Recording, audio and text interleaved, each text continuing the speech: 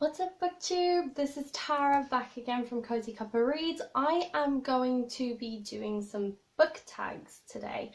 I decided it's really rainy, it's really gloomy, and I'm inside, so why not get some of these book tags done? Because I picked a few book tags that I don't even think I have proper answers for. I'd just like to note, I have not actually rehearsed any of the books that I'm going to be picking for these.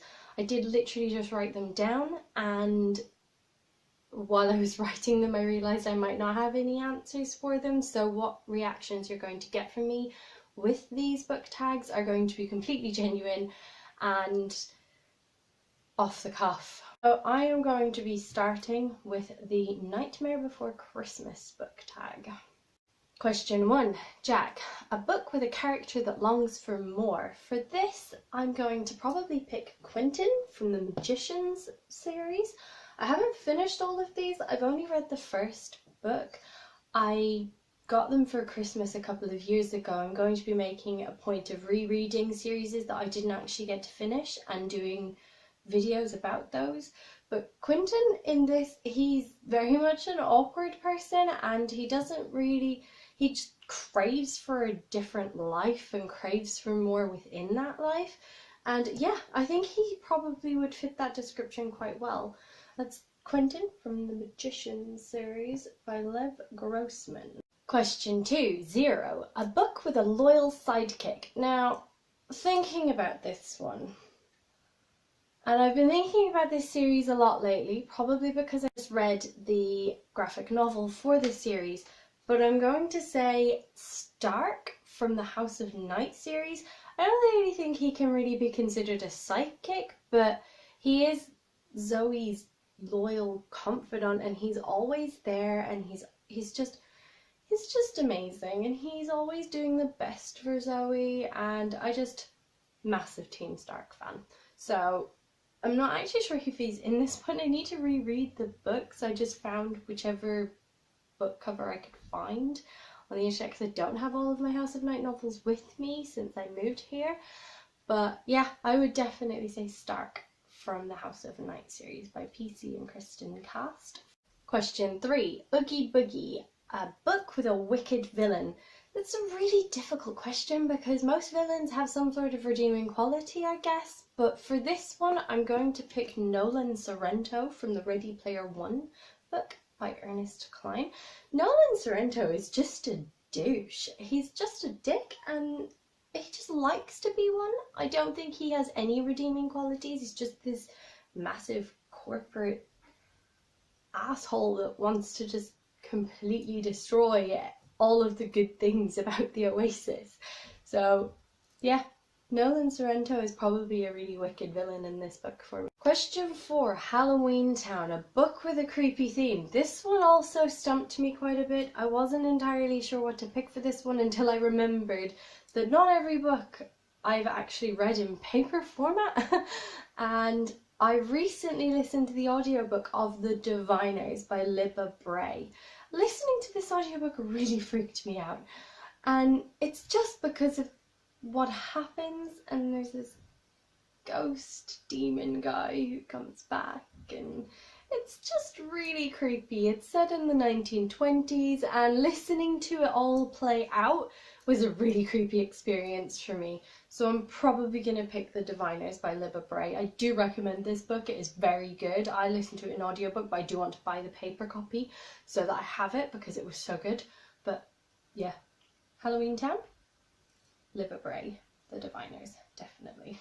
Question 5. Christmas Town, a book that leaves you feeling warm and fuzzy. Now for this one, I'm going to pick The Selection by Kiera Cass.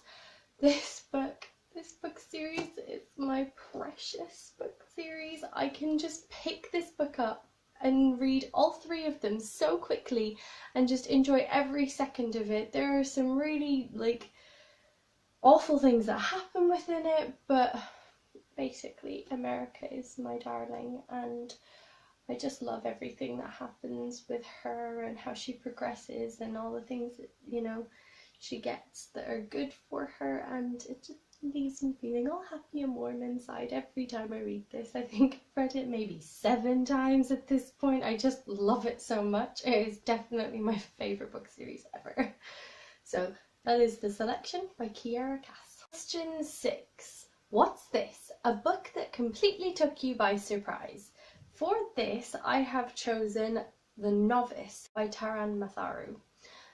This book really did take me by surprise. I didn't think I was going to love it as much. It sounded a bit too... There's like too many books that I'd already read, all mushed into one, and I ended up reading it. I buddy read it with my boyfriend, and it is really good. Admittedly, and my bad, I haven't finished Battle Mage, the 3rd book in the series, because my boyfriend took it out of the library, then I didn't get it out of the library, and I found loads of other things to end up reading, so I just haven't gotten around to it yet, but it is on my list. He has finished the series and has to try so hard not to spoiler things for me when he starts talking about it at all. But yeah, this book series took me by surprise. I really enjoyed the characters, I really enjoyed everything that they were about, I really enjoyed the different things from different book series that I loved and how they, amalgamated that all into this amazing series. So yeah, I would say The Novice by Taran Matharu.